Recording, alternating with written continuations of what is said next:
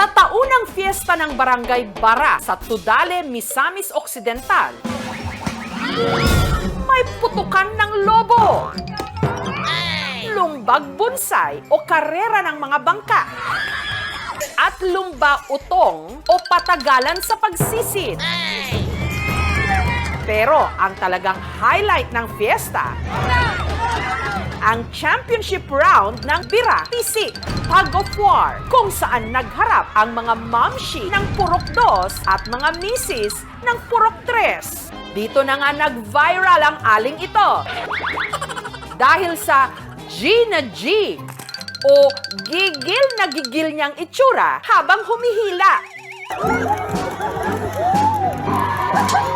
Kahit na nagdadapa ako, laban ng laban pa rin. Kasi iniisip ko, manalo kami. Natatakot po kami dahil sa kanyang mukha na reaksyon niya, parang gusto niya kaming kakainin. Sinong grupo ang mas bibira sa Bira PC ng Misamis Occidental sa Mindanao? Ang star player ng Purok 2, si Mirape, uunahan na raw niya kayo. Hindi raw siya galit at mananakit sa kanyang viral video. Sadyang fierce lang daw ang face niya. Ganito talaga ang mukha ako, parang galit. Pero pag personal, hindi. Mabait ako, wala akong kaaway. At kaya raw ganun siya kung makakapit ang Mirape natin daw kasi gipet.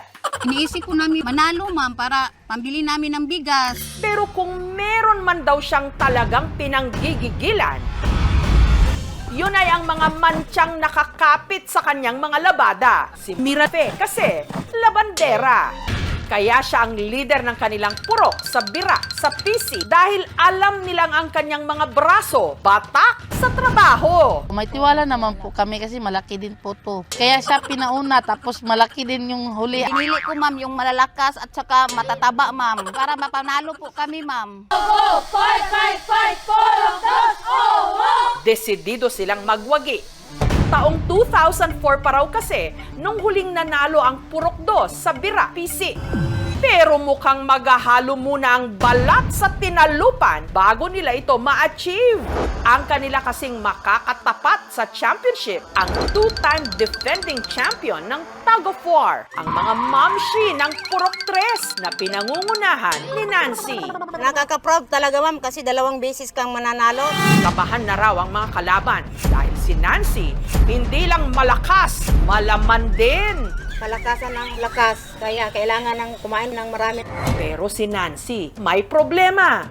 Ang tatlo kasi sa mga inaasahan niyang teammates, buntis. Sorry, Tinansi. Wala may kapilat karong tuiga kay naburos mi din bago po panganak. Sunod next year makapil namin. Baka mabinat sila. Habang ang iba naman daw niyang teammate, nagsisimula ng sumakit ang mga kasukasuan.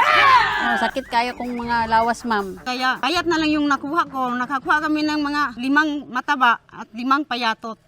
Kaya ang mga bagong recruit ni Nancy, sinanay niya raw muna. Nagbibilang kami ng 1, 2, 3 hila. Hintayin namin yung kalaban na maubusan ng mga lakas, bita ma'am. At nag-iipon kami ng lakas. 3rd time's a charm na nga ba para sa mga mamshi ng Purok 3? Kahit gaano sila kalakas, gaano sila kalaki, kakayanin namin. Go for gold ma'am!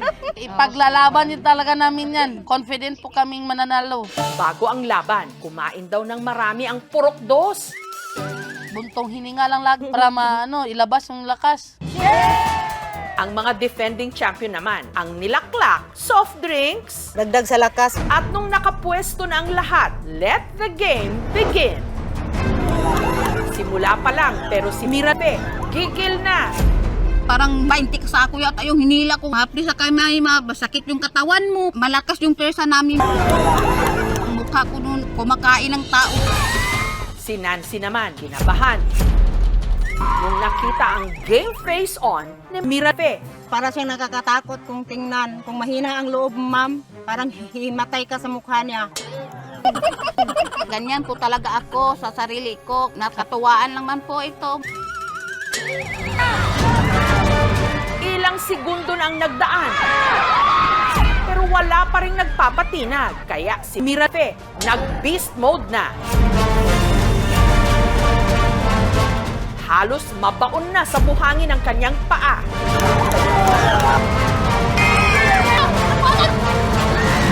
Bumigay na ang purok tres. Nagigil sana pero wala na. Unahan kami ni Mirape. Pero ang nanggigigil na si Mirafe, ayaw pa rin tumigil. Awat na te, inyo na ang corona.